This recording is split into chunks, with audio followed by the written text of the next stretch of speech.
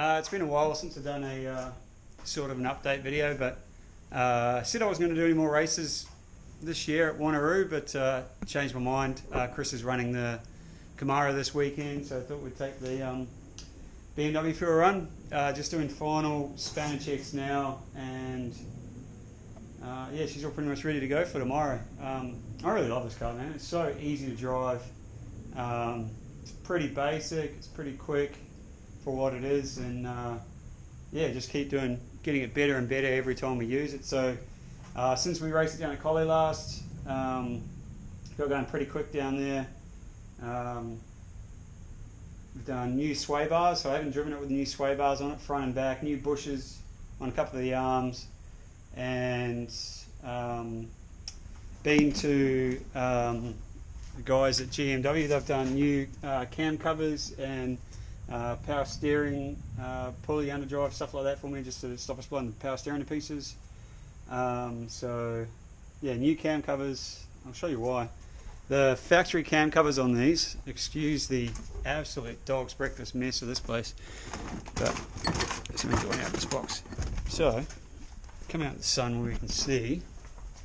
So the factory cam covers, you can see there, these are factory, they weigh nothing. So they're magnesium with a coating on them from the factory. What happens is this coating breaks down on the inside and the outside and gets into everything. So you can, you know, strip them back, get them powder coated or whatever, or you can just put brand new ones on there. The new ones are aluminium instead of magnesium, and have a different coating so they don't fail basically. So it's just one of those S65 things. New spark plug tubes, and yeah, so just one of those things. I had a slight couple of weeps from the cam cover, so even though the engine's new, had these couple of leaks from the cam covers, and just wanted to fix it properly. Not a cheap exercise though, I'll say that.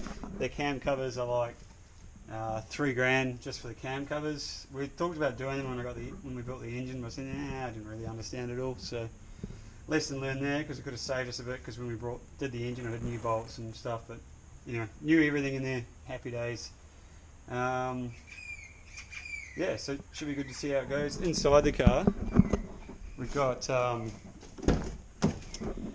same old, but a couple of quick updates. We've got the AIM SmartyCam now, so that's that little box down here. I don't know if you can see it down there. So that's got a camera on the driver, which is that one over there, and a camera at the back looking at the front, which per our rigs we have to have a camera looking at the front anyway. And it takes data from the ECU for logging, so it can overlay everything that I get anyway. So you know, brake pressure, all four wheel speeds, all four wheel brake pressures, gear, speed, acceleration, deceleration, all that sort of stuff, because I'm going to try to get a bit of coaching done so I can get a bit better, which is pretty cool. So yeah, big thanks to Liv and Sue, they hooked me up with that, told me that. And then I just want to show you guys something else. I just did an oil change on this thing. Oh, new door cards as well. Just a solid door card. Just still trying to take some weight. We can still take about 30 kilos out of this car and be nowhere near the minimum limit. But hear me out. This thing here, I did a Mercy dash to Bunnings to get some bolts for the door cards. And they have these proper workshop style measuring jugs. Man, I get my oil in 20 litre drums from Penrite, pretty lucky there. But tipping 20 litre jugs into a car's a pain in the arse. I always decant it into an old 5 litre bottle, lots of contamination issues, that sort of stuff, or spillage, just because I'm not the world's greatest mechanic, so I'm forever spilling something. Yes, I saw these, and man, absolute game changer. So, me, who's not the greatest, I can literally just tip that in there and tip the oil in. Look at that. No drum at all. And the uber cool thing about it is it has a lid so you don't get crap in there, like when you have a big funnel and stuff. And you can tell how much going in. So these things take 8.8 litres of oil, so pretty much 9 litres. And yeah, no more having to worry about spilling it out of the 20 litre drum or decanting it from the 20 litre drum and out again, making a mess. Because that's why I hate working on the car at home, because it just forever makes a massive mess. So yeah, go to Bunnings. They've got an automotive section now. It's like $16 or something for a proper 5 litre jug, and they've got smaller ones, but man, so stoked on that. I know anyone that's a proper mechanic's like, man, this is what we always use, or they've got the cool little pump things, but nah, stoked.